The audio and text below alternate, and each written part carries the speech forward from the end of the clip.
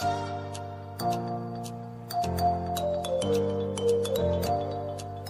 are listening to Alex Nanlohi Podcast, to know the Lord and to make Him known.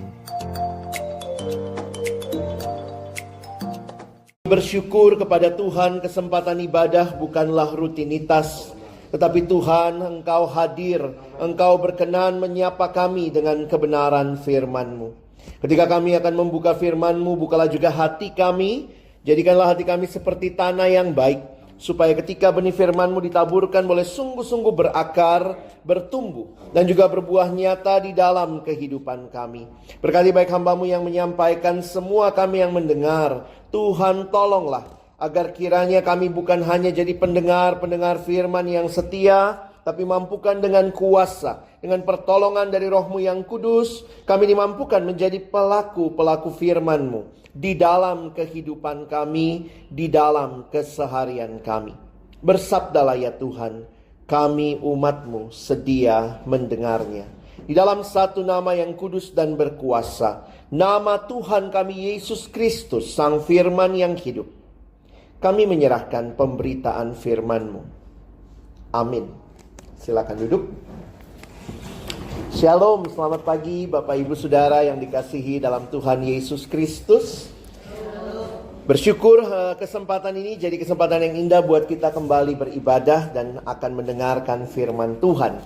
Pagi hari ini saya mengangkat tema tentang kasih mula-mula ya. Ini merupakan satu tema yang mungkin juga sering kali kita dengar, kasih mula-mula. Tapi seperti apakah kasih yang mula-mula itu?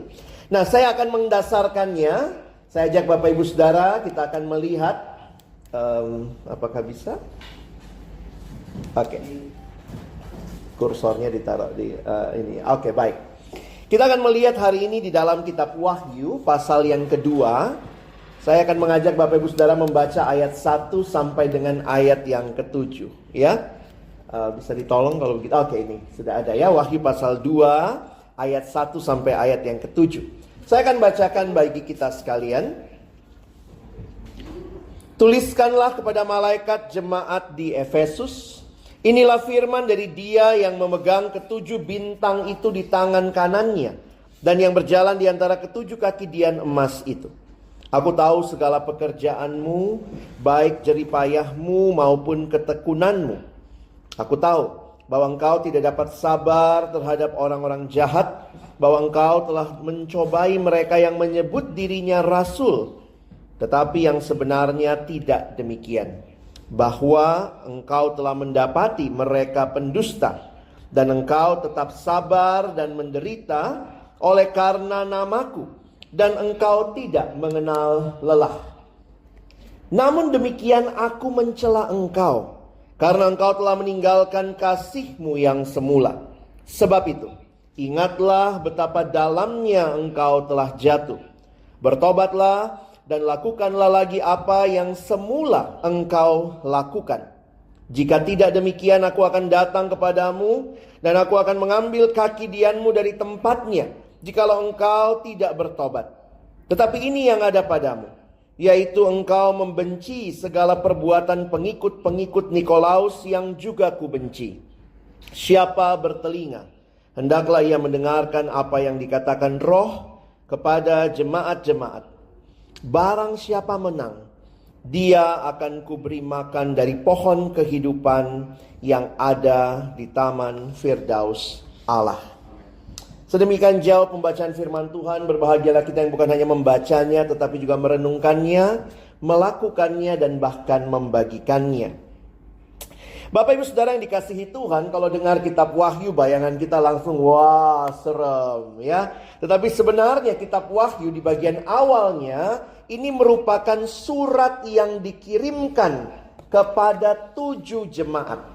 Kalau Bapak Ibu punya Alkitab, bisa lihat bahwa ada 7 jemaat yang disebutkan di dalam Wahyu 2 sampai Wahyu 3. Jadi kitab Wahyu ini merupakan sebuah surat yang dikirimkan untuk menguatkan jemaat-jemaat yang ada di wilayah yang namanya Asia Kecil. Ini dulu namanya Asia Kecil atau Asia Minor. Asia pada masa itu bukan hanya bicara benua, tetapi satu daerah wilayah kerajaan Romawi yang namanya Asia Kecil, Asia Minor. Sekarang jadi destinasi wisata ya, Turki dan sekitarnya. Makanya ada wisata rohani ke Turki, karena ada kota-kota yang disebutkan ini. Ya, ada 7 kota: Efesus, Smyrna, Pergamus, Tiatira, Sardis, Philadelphia, dan Laodikia. Kalau lihat berdasarkan Wahyu 2 sampai 3 ini muter begini ya. Nah, ini adalah penglihatan yang diterima Yohanes dari Yesus dan kemudian dikirimkan kepada 7 jemaat ini pada awalnya. Jadi ini yang menjadi latar belakang kita memahami Wahyu.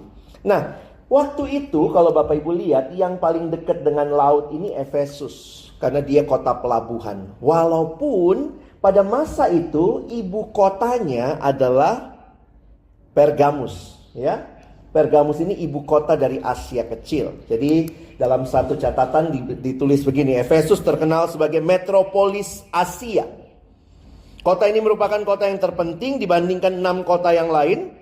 Walaupun pada waktu itu Pergamus merupakan ibu kota pemerintahan di Asia, namun memang Efesus adalah kota terbesar. Kota di Efesus dianggap sebagai kota bebas dan punya pemerintahannya sendiri. Tidak ada pasukan Romawi yang dimobilisasi di kota tersebut secara tetap. Kotanya besar dan makmur. Bahkan sekarang, wah, kalau pergi ke Turki untuk wisata, itu pasti datang ke Efesus. Puing-puing kota ini adalah yang paling luas di seluruh wilayah yang ditemukan. Kalau Bapak Ibu pernah lihat gitu ya, ini ya, luar biasa. Jalan utamanya itu dilapisi pualam, ya. Dan itu semua kalau kita perhatikan memang ya tinggal puing-puing, tapi kita bisa bayangkan kemegahannya pada waktu itu. Kalau sekarang kita pergi ke bioskop ya, nggak usah sebut namanya, tapi ada berapa teater? Ada yang 5, ada yang 10 gitu ya. Mentok-mentoknya kali berapa? Satu teater anggaplah 300 orang kali 10, ya seluruhnya kalau terisi 3.000 orang. Efesus punya teater. Berapa kapasitas duduknya? 250.000 jiwa. Kalau Bapak Ibu ke Efesus sekali lagi ya, ini teaternya. Nggak pakai sound system kayak kita pagi ini, mesti colok sana colok sini. Saya berkesempatan berkunjung ke sini, kita ngomong di sini, yang belakang sini denger loh. Karena akustiknya yang luar biasa. Jadi kotanya punya penduduk 250.000 jiwa. Teaternya kapasitasnya 25.000. Dan ini kalau kita lihat di Kisah Rasul 19, kemungkinan besar keributan yang terjadi mungkin terjadi di sini. Kenapa saya harus menunjukkan semua kemegahan ini? Bayangkan gereja Efesus. Ini gereja kota besar. Ini bukan gereja di kampung-kampung gitu ya, kecil, tidak. Ini gereja kota besar ada di kota Efesus yang metropolis Asia pada waktu itu.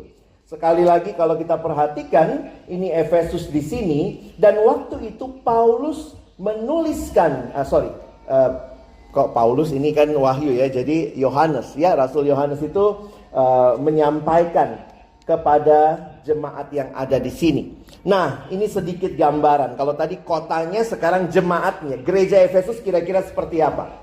Gereja Efesus, jemaat Efesus merupakan salah satu jemaat rasuli terbesar. Jemaat ini merupakan campuran antara golongan Yahudi dan Yunani. Namanya juga di pinggir pantai ya. Pasti jemaatnya lebih beragam. Nah, Yesus memuji mereka, namun juga memberikan peringatan kepada mereka. Nah, Bapak Ibu, dalam catatan sejarah ada 2 rasul yang pernah tinggal di Efesus. Kisah Rasul memberi catatan Paulus pernah ada di Efesus kira-kira 3 tahun. Dan catatan sejarah yang lain menuliskan kemungkinan Rasul Yohanes sampai sebelum dibuang di Patmos itu tinggal di Efesus. Jadi ini jemaat yang luar biasa. Ada yang coba hitung-hitung, kira-kira ini jemaat berdirinya tahun berapa? Kalau kita lihat sejarah di Kisah Rasul, Kira-kira berdirinya sekitar tahun 50-an. Jadi ini jemaat berdiri kira-kira tahun 50-an melalui pelayanan Paulus. Lalu yang berikutnya, ketika Rasul Yohanes mendapat penglihatan di Patmos, kira-kira itu tahun 90-an. Ya, jadi Bapak Ibu bisa membayangkan, ini jemaat yang sudah ulang tahun gereja ke-40-an. Karena berdiri tahun 50-an. Lalu dikirimi surat ini oleh melalui Rasul Yohanes tahun 90-an. Bayangkan Bapak Ibu Saudara, jemaat yang sudah 40-an tahun. Ini bukan gereja baru, ini gereja metropolis yang sudah 40 tahun berdiri. Persekutuan doa kita sudah berapa tahun ya? 84. Wow. Belum 40 ya. Tapi sudah lebih dari iya ya, sudah. Jadi bayangkan ya, Bapak Ibu dapat surat dari Yesus yang kepada jemaat yang sudah lama. Kira-kira apa yang disampaikan? Nah, ternyata menarik. Yesus memuji, berarti memang Yesus tahu apa yang mereka lakukan, tetapi juga ada peringatan. Saya pikir buat kita juga yang sudah lama jadi orang Kristen, kira-kira apa yang akan Tuhan evaluasi kalau lihat hidup kita ya? Nah, kita lihat sama-sama. Ternyata Tuhan memberikan pujian. Ada 3 hal yang Tuhan puji dari mereka. Itu berarti itu mereka lakukan. Namanya juga jemaat sudah lama, pasti sudah makin bertumbuh. Yesus katakan, aku tahu. Akunya ini Yesus ya. Karena Yesus yang menyampaikan melalui Nabi Rasul Yohanes. Aku tahu segala pekerjaanmu, baik jeripayahmu. Jadi ini jemaat yang punya kerja keras. Tentu dalam berbagai aspek ya. Bapak Ibu nyiapin ibadah hybrid begini juga butuh kerja keras ya. Ada yang datang lebih pagi, colok sana, colok sini. Memang melayani itu pasti ada kerja keras. Ada yang bilang, wah boleh nggak Pak saya melayani tapi nggak kerja keras. Ya jangan melayani. Karena pelayanan itu pasti harus kerja keras ya. Ternyata ini jemaat yang dipuji karena kerja keras mereka luar biasa. Yang kedua, ternyata mereka punya ketekunan. Bapak Ibu, ketekunan itu beda dengan sekedar kerja keras ya. Karena ketekunan itu butuh waktu untuk memprosesnya. Bapak Ibu bisa kelihatan kerja keras hari ini, minggu depan enggak lagi ya. Nah, ketekunan itu membutuhkan waktu, diuji oleh waktu. Dan ternyata jemaat Efesus jemaat yang tekun. Hebat mereka. Nah, yang ketiga, pujian ketiga, mereka punya iman yang luar biasa. Bayangkan saking luar biasanya iman mereka, Yesus melalui Rasul Yohanes mengatakan, aku tahu engkau tidak dapat sabar terhadap orang jahat. Orang jahat yang dimaksud ternyata adalah orang yang punya ajaran palsu. Jadi mereka menyebut dirinya rasul tapi sebenarnya tidak demikian. Engkau telah mendapati mereka pendusta. Bayangkan Bapak Ibu kalau ada ajaran begini langsung bilang, oh ini palsu. Berarti kan jemaatnya dewasa sekali ya. Sampai dia udah langsung bisa tahu nih, ini nggak benar ini. Ada satu nama yang muncul di ayat 6. Engkau membenci segala perbuatan pengikut-pengikut Nikolaus. Dari sejarah kemungkinan ini adalah salah satu pengajar sesat waktu itu. Jadi Nikolaus ini adalah pengajar sesat yang mungkin mengajarkan ajaran yang lain. Dan jemaat ini jemaat yang iman kepercayaan mereka TOP, BGT. Top banget. Langsung bisa tahu. Saudara, ini menarik ya. Kerja kerasnya ada, ketekunannya ada, kedewasaannya ada. Sehingga iman mereka bertumbuh, gampang sekali tahu ini benar, ini salah. Wah. Tetapi ada yang Yesus cela dari mereka. Ini jemaat 40 tahun, ternyata Yesus memberi peringatan. Namun demikian aku mencela engkau, karena engkau telah meninggalkan kasih-Mu yang semula. Bapak Ibu, jadi kalau saya mau menyimpulkan, kira-kira kesimpulannya begini ya, Tuhan Yesus mau ngomong begini. Kamu bisa kerja keras, kamu bisa tekun, kamu bisa punya iman yang sangat bertumbuh, teologianya ngelotok gitu ya, karena mungkin dengar khotbah-khotbah yang bagus, tapi kamu gak punya kasih. Bisa gitu ya? Gampang sekali kita kerja keras. Demi apa? Demi dilihat orang, demi dipuji atasan.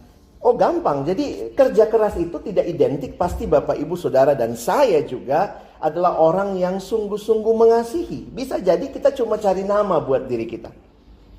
Ada orang yang kelihatan tekun. Kenapa? Ya supaya dipuji orang, supaya kelihatan baik. Atau juga kenapa kerja keras? Saya memang suka kerja keras Pak. Gitu ya. Ada orang yang teologianya bagus sekali. Wih, kalau ditanya ajaran ini semua jelas gitu. Tapi jangan-jangan dia juga belajar itu supaya kelihatan pintar. Ternyata Yesus memperingatkan hal yang sangat sederhana. Harusnya kasihlah yang mendasari semua hal yang kau lakukan.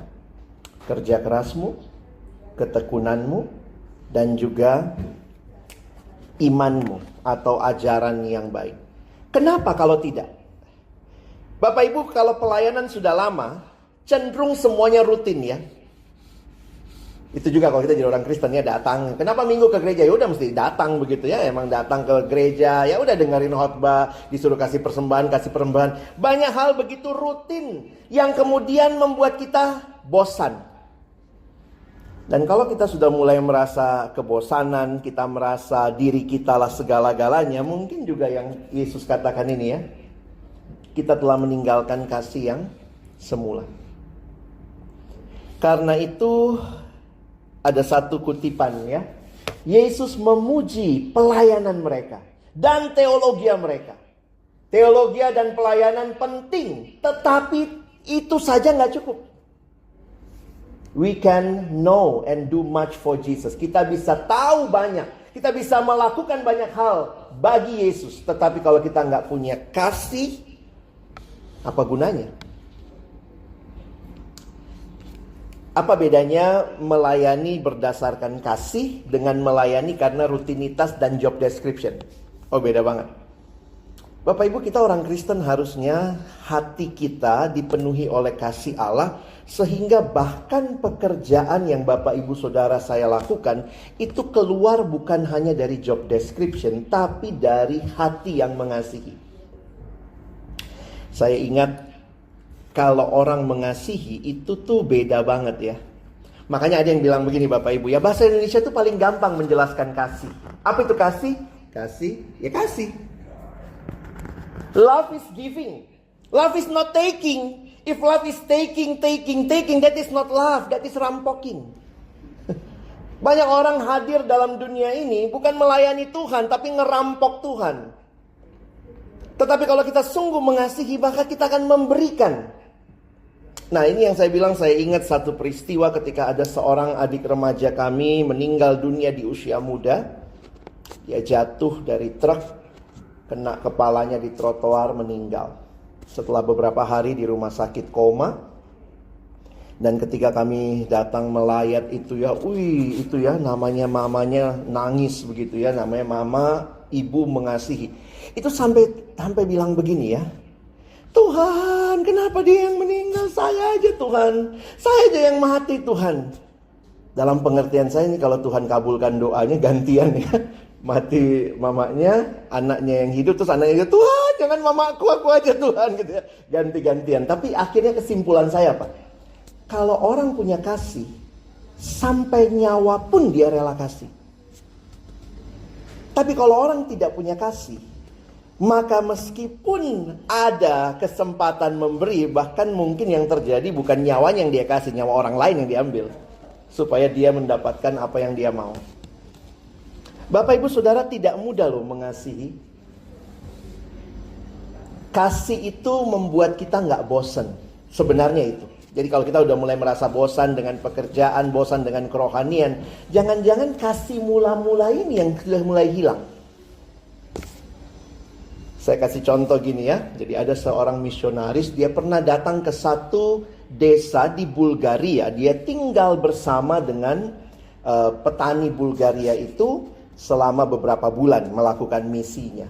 Nah setiap malam dia pulang, dia lihat anak perempuan petani itu sedang menjahit baju yang sangat indah, gaun yang sangat indah. Tiap malam dia duduk, jahit gaun itu. Pulang lagi, dia lihat lagi, dia lagi jahit gaun itu. Akhirnya dia tanya gitu ya. Dia tanya, misionaris ini nanya sama anak ini, kamu gak bosen ya? Tiap hari kok itu aja kerjamu ya? Menjahit gaun itu. Lalu kemudian anak petani perempuan ini masih muda, dia menjawab, ini gaun pernikahanku. Aku menjahitnya karena kasihku. Aku ingin terbaik, memberikan penampilan terbaik kepada calon mempelai priaku.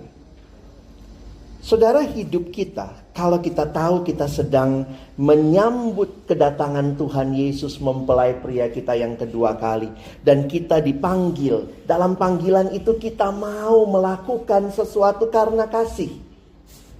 Dan inilah kasih mula-mula yang diingatkan kepada kita. Apa itu kasih mula-mula? Kasih yang saudara dan saya alami karena Yesus yang telah lebih dulu mengasihi kita. Kalau kita ingat-ingat terus akan kasih itu, Tuhan, kau sudah berikan bahkan nyawamu bagiku. Sekarang aku hidup bagimu. Aku pun mau memberikan yang terbaik bagimu. Kehidupan rohani yang makin membosankan, kehidupan pekerjaan yang makin membosankan, mungkin didasari karena kasihnya sudah hilang. Semua terjadi hanya kewajiban. Ya, kalau lagi nonton drama-drama Korea sekarang Bapak Ibu ya, banyak itu ya, cerita tentang nikah lagi, cerai, dan bagaimana ya.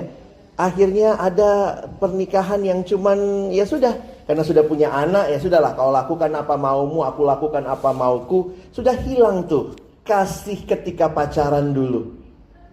Ketika aku akan melakukan apapun, di mana rumahmu, sejauh apapun aku datang. Sekarang antarkan dulu ke depan, pergi aja kau sendiri. Sudah beda. Kasih mula-mula itulah yang harusnya tetap ada. Sebagai bagian terakhir kita lihat bagaimana membenarkan ini, bagaimana membereskan ini. Ternyata Yesus kasih kuncinya. Sebab itu, ingatlah betapa dalamnya engkau telah jatuh. Orang harus sadar dulu dia salah. Baru dia bisa tahu bagaimana melakukan perbaikannya. Sama kalau kita ke dokter. Ke dokter terus kita saya nggak sakit dokter. Bingung juga dokternya gitu ya. Maka ingatlah, sadari kondisimu. Tapi yang kedua, bertobatlah. Kalau sudah sadar, bertobat. Dan kemudian bukan berhenti di situ. Lakukan lagi apa yang semula telah engkau lakukan. Nah, ini jadi menarik Bapak Ibu sekalian ya. 3 hal. Remember. Ingat pertama kali Bapak Ibu kenal Tuhan. Bagaimana kasihnya menyentuh hati kita. Bertobatlah dari hal-hal yang merampas kasih kita kepada Tuhan.